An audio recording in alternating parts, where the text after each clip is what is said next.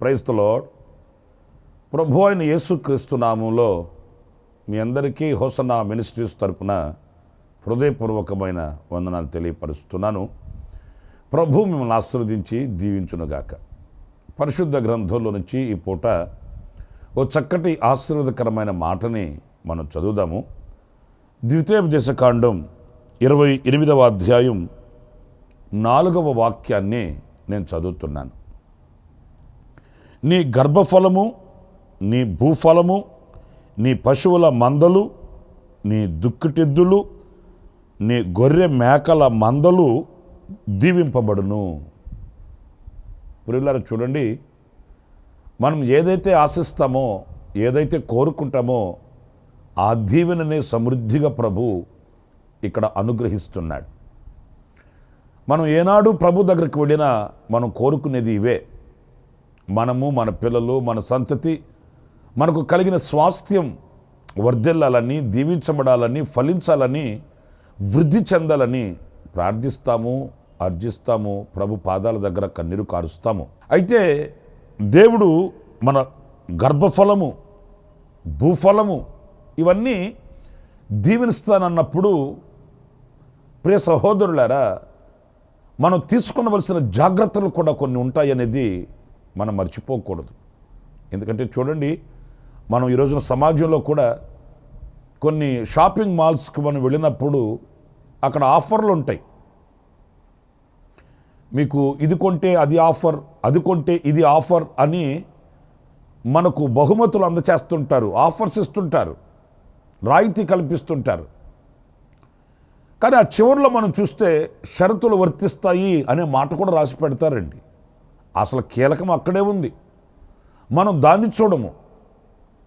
కానీ ఈ వాక్యంలో మనం గమనించినప్పుడు దేవుడు మీ గర్భఫలాన్ని, భూఫలాన్ని, మేకల్ని, మందల్ని అన్నింటినీ కూడా దీవిస్తాను, ఆశీర్వదిస్తాను అంటూ దీనికి సంబంధించిన షరతులు ఈ వాక్యానికి ముందే తెలియపరిచాడండి. మనం ఈ షాపింగ్ మాల్స్లో ఇలాంటి కొట్ల దగ్గరికి మనం వెళ్ళినప్పుడు ఈ షరతుల్ని ఎక్కడో కనబడకుండా రాస్తారు, షరతులు వర్తిస్తాయి అని. కానీ ప్రభు అలాగా ఆయన మభ్యపెట్టేవాడు కాదు. ఈ ఆశీర్వాదాలకి ముందుగానే చెప్పేశాడు, మీకు ఎప్పుడు ఇలాంటి దీవెన కలుగుతుంది, మీ భూఫలము, మీ గర్భఫలము ఎప్పుడు వర్ధిల్లుతుంది, దీవించబడతారు అనేది ముందుగానే ఈ షరతుల్ని ఆయన తెలియపరిచాడు. ఇది 4వ వాక్యంలో మనం చదివాం కదా. ఇప్పుడు 2వ వాక్యానికి మనం వెళితే అక్కడ కీలకం అక్కడుందండి. నేను చదువుతాను ఆ మాటలు చూడండి. ఈ 2వ వాక్యంలో, నీవు నీ దేవుడైన యెహోవా మాట వినిన ఎడల ఈ దీవెనలన్నీ నీ మీదకి వచ్చి నీకు ప్రాప్తించును. చూసారండి, ఇది మనం నేర్చుకోవలసిన కీలకమైనటువంటి పాత్ర. ఎప్పుడు ఈ దీవెనలు మన మీదకి వస్తాయంటే ఇక్కడ మనం గమనించేది, నీ దేవుడైన యెహోవా మాట నీవు వినిన ఎడల.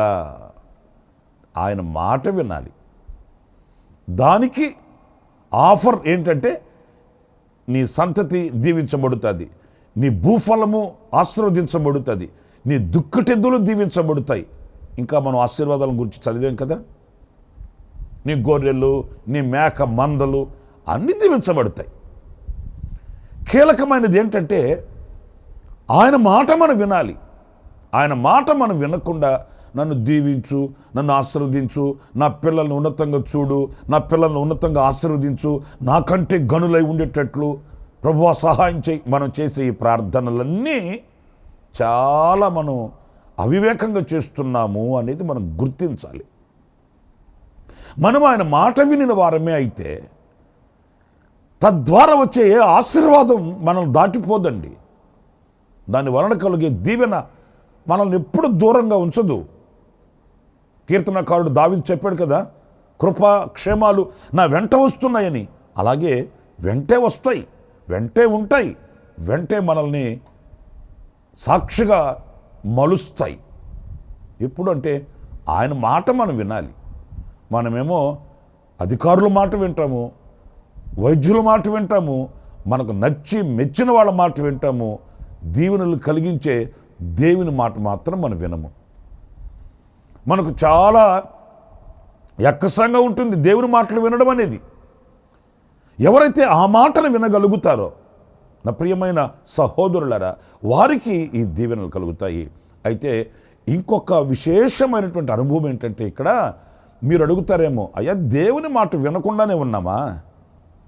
దేవుని మాట వినకుండానే భక్తి చేస్తున్నామా? దేవుని మాట వినకుండానే ప్రభు దగ్గరకు వచ్చామా? ఇలాంటి ప్రశ్నలన్నీ మన మనసులో చెలరేగుతాయి. ఎందుకంటే ఇలాగ మాట్లాడతారు ఏంటండి వీళ్ళు, దేవుని మాట వినకుండా ఎవరి మాట వింటామేంటి అనే ప్రశ్న వెంటనే మీ మనసులో లేచి నిలబడుతుంది, మిమ్మల్ని పురుకొల్పుతుంది. ఏమి నువ్వు తక్కువ భక్తి చేసావా? నువ్వు తక్కువ కానికిచ్చావా? తక్కువ ప్రయాసపడ్డావా? ఏంటి మౌనంగా ఉంటావేంటి నువ్వు అన్నట్లుగా మన మనసులో ఈ మాట మనల్ని రెచ్చగొడుతుంది. అయితే ఒక మాట చెప్తాను వినండి. వింటున్నాంలే కానీ ఎలా వింటున్నాము? ఎలా వింటున్నామండి ఆయన మాట? నేను చెప్పడం కాదులే కానీ దేవుని వాక్యం దగ్గరకు వద్దాం. ఎలా వినాలి ఆయన మాటని అని గనక దేవుని వాక్యం దగ్గరకు వస్తే చక్కటి అనుభవం. యెషయా గ్రంథం 1వ అధ్యాయం 19వ వాక్యంలో మనం చదివినప్పుడు ఎలా వినాలో అక్కడ రాయబడింది. చదువుతాను ఆ మాటని. మీరు సమ్మతించి నా మాట వినిన ఎడల మీరు భూమి యొక్క మంచి పదార్థములను అనుభవింతురు. చూసారండి, మీకు సమాధానం దొరికిందనుకుంటున్నాను నేను. ఇక్కడ మనం గమనిస్తే మీరు సమ్మతించి వినాలి నా మాట. వినడం కాదు సుమా, అందరూ వింటున్నారు, అందరూ వింటాము. ఆదివారం వెళ్తే సగం నోట్బుక్ రాసేస్తాం, మన ఇంట్లో డైరీలు పేర్చి పెట్టేస్తాం. ఇంక నేను చెప్తే మీరు బాధపడతారులే కానీ ఇంటికి, ఒంటికి, కంటికి, ఇంకా కంచాలకి, మంచాలకి అన్నిటికీ వాక్యమే. కానీ సమ్మతించే వాళ్ళు ఎంతమంది వాక్యాన్ని? ఏమంటే వాక్యం అలాగే చెప్తుంటుందిలేండి, అలాగ చేయాలంటే ఎలా కుదురుతుంది, అలాగ బ్రతకాలంటే ఎలా కుదురుతుంది? ఉప్పు కారం తినేవాళ్ళమైతే ఇదిగో ఇది మన నోట వచ్చే మాట. రేడియోలో వాక్యమే, టీవీల్లో వాక్యమే, సెల్ ఫోన్లో వాక్యమే. ఈరోజు వాక్యం లేని చోటు ఎక్కడుంది? కానీ ఆ వాక్యాన్ని విని ఆ వాక్యాన్ని సమ్మతించి అంగీకరించే వాళ్ళు ఎంతమంది? సమ్మతిస్తున్నామా ఆ వాక్యానికి? వాక్యం ఎలా చెప్తుంది, మనం అలాగే చేయాలి అని తీర్మానం ఎంతమంది తీసుకుంటున్నారు? 2 గంటలు ప్రసంగం వింటారు, ఆఖరిలో 5 నిమిషాలు ప్రార్థన చేసుకోమంటే బైబిల్ సంఖ్యలో పెట్టుకుని అడ్రస్ లేకుండా వెళ్ళిపోతారు. 1.5 గంట సేపు దైవజనుడు గుండెలు పగిలేటట్లు కేకలేసి చెప్పే వాక్యాన్ని వింటాము, మాస్టర్ గారికి పాస్టర్ గారికి మార్కులు వేసేస్తాము, ఆ తర్వాత అడ్రస్ లేకుండా మీ అడ్రస్కి వెళ్ళిపోతాము. ఏదో అర్జెంటుగా ఇప్పుడే టెలిగ్రామ్ వచ్చిందండి, ఇప్పుడే నేను వెళ్ళి అక్కడ వాలిపోవాలండి అన్నట్లుగా వెళ్ళిపోతాం. అరే, చెప్పిన వాక్యం ఎలా ఉంది? నేను ఇలాగే చేస్తాను ప్రభువా, అలాగే నేను నడుస్తానయ్యా, అలాగే నీ మాట ప్రకారమే చేస్తానయ్యా అని తీర్మానం చేసేవాళ్ళు ఎక్కడ? అని తీర్మానాలు ఎక్కడ? నా ప్రియమైన సహోదరులారా, సమ్మతించి ఆయన మాట వినాలట. ఆయన పలికినప్పుడు, ఆయన మాట విన్నప్పుడు సమ్మతించాలి. ప్రభు అలాగే నువ్వు చెప్పినట్టు. మీరు పేతురు వలలు కడుక్కుంటున్నాడు, తెల్లవారుతుంది, ప్రభు అతనికి ప్రత్యక్షమయ్యాడు. ఏమన్నా చేపలు పట్టారా? చూడండి, పేతురు అక్కడ ఏమి ప్రభుకు దాచిపెట్టలేదు. ఏమైనా సంపాదించారా? ఏమైనా మీరు వలలో ప్రయాసపడ్డారు కదా, ఏమైనా చేపలు పట్టారా అన్నప్పుడు మనమైతే ఏమంటాం? ముక్కు మొహం తెలియని వాళ్ళు ఒకరు వచ్చి ఏమన్నా సంపాదించారా అంటే ఏమంటామండి? ఏమీ లేకపోయినా బిల్డప్ ఇచ్చేస్తాం. సంపాదించకుండా ఎందుకుంటామండి? అంత చేతగాని వాళ్ళు అనుకున్నామేంటి? అది సంపాదించాము, ఇది సంపాదించాము, అంతుంది ఇంతుంది అని ఎంతో చెప్పేస్తాం. మరి పేతురు కూడా ఆ రోజున ఈయనెవరో ముక్కు ముఖం తెలియనని వచ్చి అడుగుతున్నాడు. ఇప్పుడు ఈయన గనక ఏం పట్టలేదండి అని అంటే ఈడొట్టి చేతగానోడు ఉన్నట్టున్నాడు అనుకుంటాడేమోనని, పర్లేదండి అని సమాధానం చెప్పచ్చు కదా. పర్లేదు కాదు బ్రదర్, ఏమైనా సంపాదించారా లేదా, ఏమైనా పడ్డాయా లేవా అన్నప్పుడు పర్లేదండి, పర్లేదు. ఎందుకంటే మనకు వాళ్ళ దగ్గర పరువు పోతుంది కదా, విలువ పోతుంది కదా, అలా చెప్పచ్చు కదా. కానీ పేతురు అలా చెప్పలేదండి. ఉన్నది ఉన్నట్టుగా చెప్పేశాడు, కొండ బద్దలు చేసినట్టు. అయ్యా, మేము రాత్రంతా శ్రమ పడ్డాము, ఏమీ దొరకలేదు బాబు. ఆయన ఏమన్నా అనుకోనివ్వండి, చేతగానోడు ఉన్నట్టున్నాడు అనుకుంటాడా, లేకపోతే సోమరోడు ఉన్నట్టున్నాడు ఇతను అనుకుంటాడా, మరోలా ఏమన్నా అనుకొని ఉన్నది ఉన్నట్లుగా చెప్పేశాడు. బాబు, మేము రాత్రంతా శ్రమ పడ్డాము, ఏమీ దొరకలేదు. ఈ యథార్థమైన హృదయాన్ని చూశాడు దేవుడు. వెంటనే అన్నాడు, ఇప్పుడు మీరు వల వేయండి అంటే ఆయనకు ఆశ్చర్యం కలిగింది. అరే, ఈ పగలు చేపలు పడవు కదా. మళ్ళీ ఆలోచించాడు, ఇప్పుడు నేను ప్రయాసపడ్డాను, ఏమి దొరకలేదు, మరి ఆయన ఏందో వల వేయమంటున్నాడు, లోబడితే ఏమైంది, సమ్మతిస్తే ఏమైంది ఇప్పుడు? వెంటనే పేతురు అన్నాడు, అయ్యా, నీ మాట చొప్పున వల వేస్తాను. దీవెన కలగలేదా, ఆశీర్వాదం రాలేదా, అతని బ్రతుకులో ఒక అద్భుతం జరగలేదా? మరి ఈరోజు మన బ్రతుకుల్లో ఎందుకు అద్భుతం జరగట్లే? మనం అంగీకరించము. మాకు చాలా నైపుణ్యత ఉందండి, మాకు చాలా అనుభవం ఉందండి, అసలు ఈ టైంలో చేపలు పడడం ఏంటండి, ఈ వయసులో ఉద్యోగం రావడం ఏంటండి, ఈ వయసులో పిల్లలు పుట్టడం ఏంటండి, ఇప్పుడు అద్భుతం జరగడం ఏంటండి, మాకు చాలా తెలుసు బాబు ఇలాంటివన్నీ. నేను చాలా కూడికలకి వెళ్ళాము, చాలా సభలు పెట్టించాము, చాలామంది దైవజనులు మా ఇంటికి వచ్చి పోతుంటారు, మాకు బైబిల్ అంతా కంఠపాఠం బాబా, ఇది జరగదా? ఇది జరగదు, మాకు తెలుసండి. మనకుండే ధీటైన సమాధానం ఇట్లా ఉంటుంది. మనకు ఎంత తెలిసినా ఆయన మాటకు లోబడాలి, ఆయన మాటను సమ్మతించాలి అనే విధేయత ఎందరికి ఉంటుందో వానికి ఈ దీవెనలన్నీ కలుగుతాయి, వానికి ఆశీర్వాదాలన్నీ వస్తాయి. మరి ఆ ఆశీర్వాదానికి ఎవరు యోగ్యులు, ఎవరండి అర్హులు? దేవుని చెప్పిన మాటని అలాగే అక్షరాలు అంగీకరించి ప్రభు చేస్తాడు, ప్రభు ఇస్తాడు, ప్రభు వస్తాడు కనుక మనం సందేహించాల్సిన అవసరం లేదు అని సమ్మతిస్తున్నామా? తల్లి అయిన హన్నా చూడండి, ఆమెకు దైవజనుడు ఒక మాట చెప్పగానే ఆనాటి నుండి ఆమె దుఃఖముఖిగా ఉండడం మానేసిందంట. ఇంకా ఏమీ ఆమెకి ఆనవాళ్ళు కానీ సూచనలు కానీ లేవు. అయినప్పటికీ కూడా దైవజనుడు ఆనాడు ఆ మాట అన్నాడు. ఆ మాట విన్న క్షణానే ఆమె విశ్వసించి అంగీకరించి సమ్మతించేసింది. ఆనాటి నుండి ఆమె దుఃఖముఖిగా ఉండడం మానేసింది, సంతోషంగా సాగి వెళ్ళింది. ఎంత ఆశ్చర్యంగా ఉంది ఈ మాట. మనకు ఆనవాళ్ళు కావాలి, ఆధారాలు కావాలి, ఎంతో అంత ఆధార్ కార్డు కూడా కావాలి, అప్పుడు కానీ మనం నమ్మం. ఏముండి మంత్రాలకి చింతకాయలు రాలుతాయి అంటాడు. మరి చింతకాయ రాలకపోతే మంత్రం ఎందుకు? ఆ మంత్రం వేస్తే చింతకాయ రాలకపోతే ఇంక మంత్రం అని ఎందుకంటారు దాన్ని? ఎట్లా రాలుతాయండి అంటాడు. మరి ఎట్లా రాలుతాయన అనేవాడికి మంత్రం ఎందుకు? ఏమంటే గాల్లో దీపం పెట్టి దేవుడా అంటే ఆరిపోకుండా ఉంటుందా? మరి ఆరిపోకుండా ఉంటేనే కదా దేవుడు. ఆరిపోయే దేవుడు ఎందుకు? ఇవన్నీ అనర్థాలైన అవిశ్వాసపు మాటలండి. ఎవరైతే ఆయన మాటని సమ్మతించి వింటారో ప్రియమైన సహోదరులరా, కానా విందులో ద్రాక్షరసం అయిపోయింది. తల్లి అయిన మరియమ్మ తల్లి ఏం చెప్పింది? అయ్యా, ఇవన్నీ పక్కన పెట్టి ఆయన మీతో ఏం చెప్తాడు అది చేయండి స్వామి. ఆయన మీతో ఏం చెప్తాడు అది చేయండి, ఆయన చెప్పింది వినండి, ఒక అద్భుతం జరుగుతుంది, మీ కన్నీళ్లు తొలుగుతాయి, కళతప్పిన ఈ కళ్యాణంలో కాస్త మెరుగు కలుగుతుంది, అద్భుతం జరుగుతుంది. ఆయన చెప్పింది వినండి చాలు, ఇంక ఎన్నెందుకు? అది చేయమంటావా, ఇది చేయమంటావా, అక్కడికి ఎన్నెందుకు నాయన? ఆయన చెప్పింది చేయండి, అదే ఆశీర్వాదం అండి. మీకు ఇంకొక విషయం కూడా జ్ఞాపకం చేస్తాను. ఎలా మనం వినాలి ఆయన మాట అంటే, మీరు యెషయా గ్రంథంలోనే 66వ అధ్యాయం 2వ వాక్యం చదువుతాను. అవన్నీ నీ హస్తకృత్యములు, అవి నా వలన కలిగినవని యెహోవా సెలవిచ్చుచున్నాడు. ఎవడు దీనుడై నలిగిన హృదయము గలవాడై నా మాట విని వణుకుచుండునో వానినే నేను దృష్టించుచున్నాను. ఇక్కడ చూడండి, నా మాట విని వణుకుచుండునో. ఏది చలిబుట్టి కాదు, భయపడి.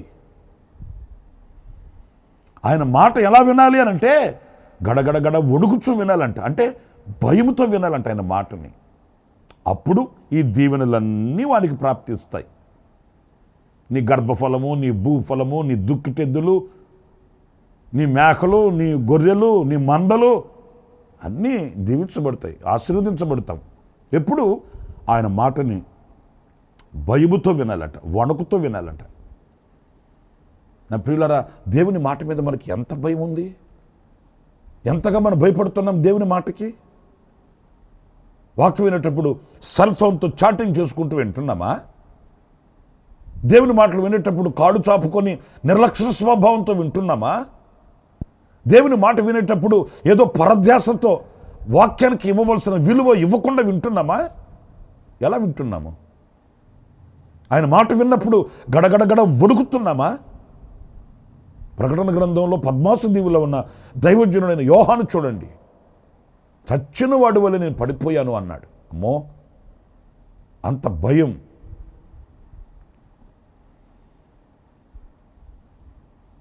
అబ్రహాము చూడండి, విజ్ఞాపన చేసేటప్పుడు, అయ్యా ఒక్క మాట మాట్లాడినా, సాహసించి ఇంకొక్క మాట మాట్లాడినా, తెగించి ఇంకొక్క మాట. ఏంటి అంత భయం ఏంటి?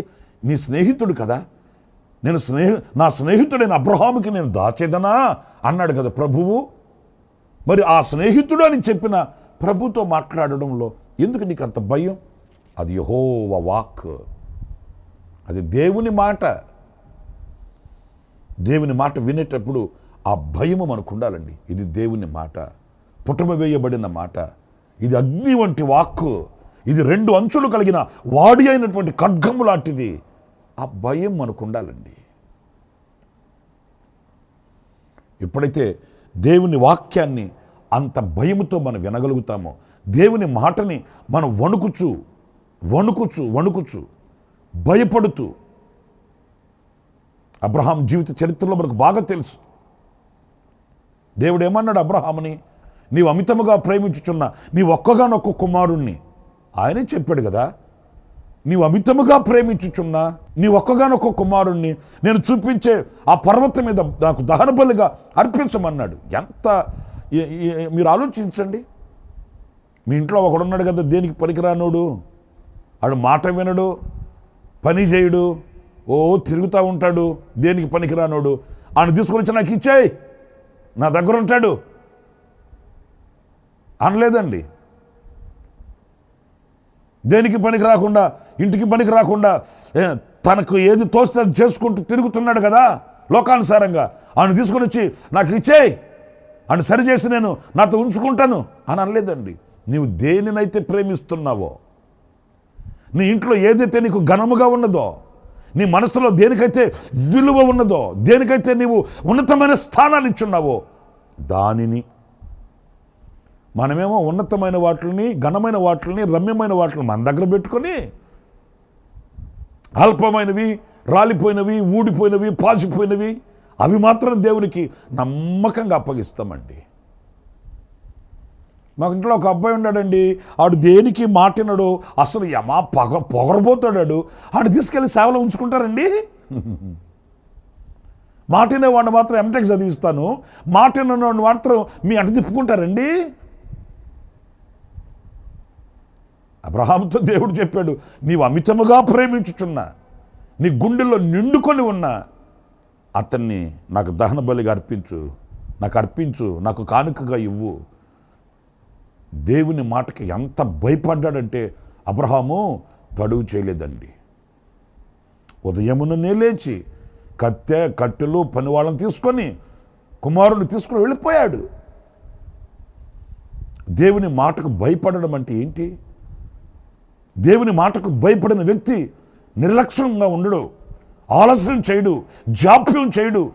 ఏమవుతుందిలే, ఏం చేస్తాడంటే చేద్దాంలే అని ఉండడు. వెంటనే ఆ పని చేసి నెరవేర్చి ముగించడానికి సాహసిస్తాడు. ఆకాశ నక్షత్రాల వలె అబ్రహాం దీవించబడ్డాడంటే ఎలా దీవించబడ్డాడు? లంచం కట్టి దీవించబడ్డా? ఎలియాజరు ఏం చెప్పాడు? నా యజమానుడైన అబ్రహాముని దేవుడు యెహోవా ఆశీర్వదించాడు. యెహోవా చేత ఆశీర్వదించబడిన వాడు నా యజమానుడు, యెహోవా చేత దీవించబడినవాడు. ఎందుకు దీవించాడు అంటే దేవుని మాటకు అంత భయపడినవాడు అబ్రహాం. మరి మనం భయపడుతున్నామా దేవుని మాటకి? దేవుని మాట విని ఆ రీతిగా నేను చేయాలి అనే భయం మనకు ఉంటుందా? ఆఖరిగా మరొక మాట నేను మీకు జ్ఞాపకం చేస్తాను. అదేంటంటే ప్రకటన గ్రంథం 1వ అధ్యాయం 3వ వాక్యాన్ని మనం చదివినప్పుడు అందులో ఉన్న మాటను నేను చదువుతున్నాను. సమయము సమీపించినది గనుక ఈ ప్రవచన వాక్యములు చదువువాడును వాటిని విని ఇందులో వ్రాయబడిన సంగతులను గైకొనువాడును ధన్యులు. ప్రియులారా చూడండి, వాక్యంలో విని గైకొనాలంట. వినడం మాత్రమే కాదు సుమా, అందరం వింటున్నాం కదా.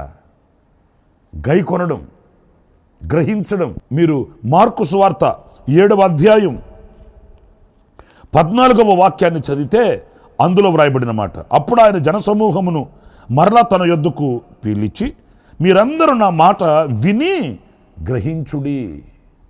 గ్రహించాలండి. ఎందుకు చెప్తున్నాడు, ఇందులో ఉన్న మర్మం ఏంటి, ఏం చేయాలని ఆయన బోధిస్తున్నాడు. పిల్లలు చూడండి, వినడంలో ఎంత అనుభవాలు ఉన్నాయో, ఎన్ని అనుభవాలు ఉన్నాయో చూడండి. మనమేమో వాక్యం విన్నాను, 2 గంటలు విన్నానండి, 1.5 గంట విన్నానండి, గంట విన్నానండి. విన్నామండి, 2 గంటలు, 3 గంటలు, 2 గంటలు, 1 గంట విన్నాం. విన్న దాంట్లో గ్రహించింది ఏంటండి? అదొక్కటి అడగండి అని చెప్తారు. విన్నావా అని అడగండి. విన్నాం. ఏం విన్నారు? అవన్నీ అడగకూడదండి, అవన్నీ ఆత్మకు తెలుసండి. మరి ఆత్మకు తెలిసింది ఒక మాట చెప్పండి. ఈరోజు ఆరాధనకి వెళ్ళొచ్చారు కదా, ఏ వాక్యం విన్నారండి అని అడగండి. విన్న వాక్యాన్ని గ్రహించి అందులోని విషయాలు చెప్పే వాళ్ళని వేళ మీద మేము లెక్క పెట్టవచ్చు. ఆ వాక్యం యొక్క లోతేంటి, ఆ వాక్యం యొక్క అర్థం ఏంటి, దానిలో ఉన్న దైవ సంకల్పం ఏంటి, దేవుని చిత్తం ఏంటి, ఇవన్నీ గ్రహించాలి, విని గ్రహించాలి. ఈ నా శరీరము తిని ఈ నా రక్తం త్రాగువాడు నిత్య జీవము గలవాడు అవుతాడని ప్రభు చెప్తే ఆ మాట వాళ్ళకి ఎక్కింది కిక్కు.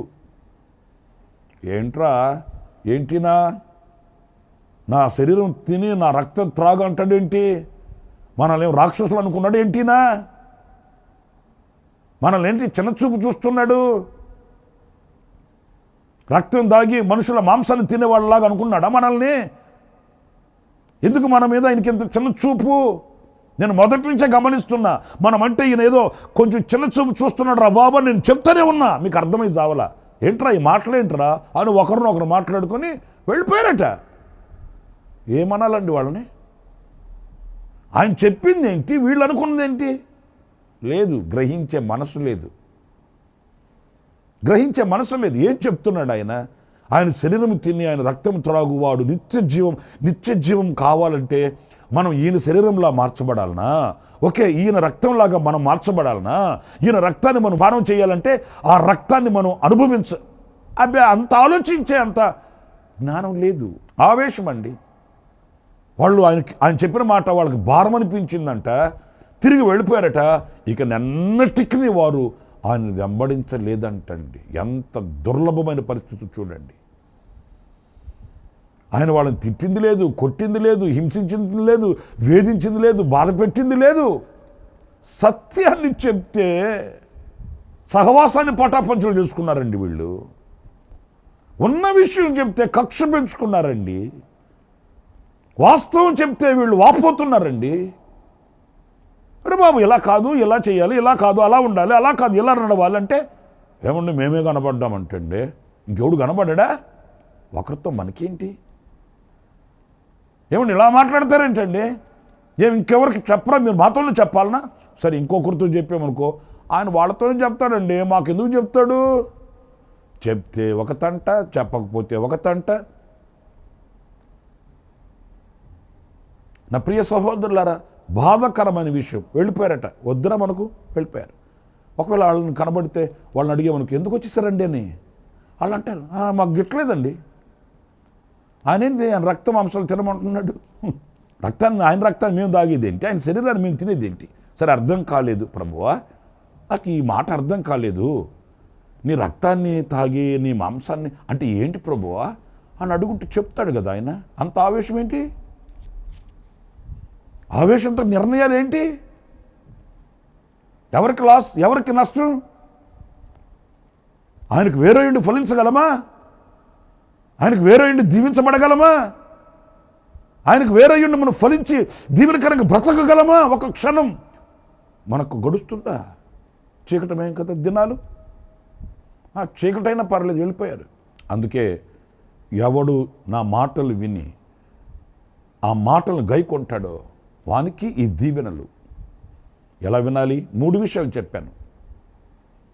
సమ్మతించి ఆయన మాట వినాలి, వణకుచు భయముతో ఆయన మాట వినాలి, గ్రహించి ఆయన మాటలు వినాలి.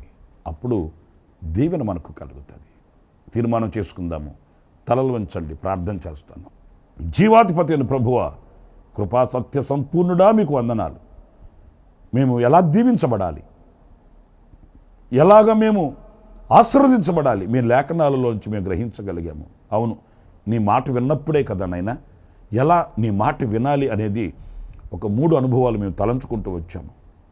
సమ్మతించి వినడానికి, వణకుచు భయముతో వినడానికి, గ్రహించి వినడానికి మాకు కృపను అనుగ్రహించమని నాయనా. ఈ అనుభవాలు లేక దీవెనలు పోగొట్టుకునిన సన్నివేశాలు ఎన్నో మాకు జ్ఞాపకం వస్తున్నాయి. పశ్చాత్తాపడుతున్నాము, పాదాలు పట్టుకుంటున్నాము. కనికరించమని వేడుకుంటూ నాయన మీ పాదాల దగ్గర విజ్ఞాపన చేస్తున్నాము.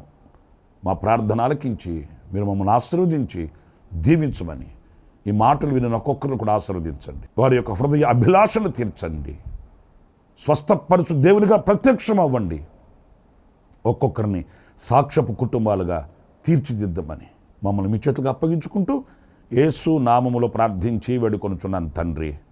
ఆమేన్, ఆమేన్. ప్రభు మిమ్మల్ని ఆశీర్వదించి దీవించునుగాక. ఈ దినమంతా విశేషమైన కృప నా దేవుడు సమృద్ధిగా మీకు అనుగ్రహించునుగాక. ఆమేన్. ప్రతి దినము ఈ అనుదిన కృపాను సందేశాల కొరకు ఇంకా మరిన్ని ఆత్మ సంబంధమైన సందేశాల కొరకు ఈ మా యూట్యూబ్ ఛానల్ ని సబ్స్క్రైబ్ చేసుకోండి. Pastor Ramesh ministries.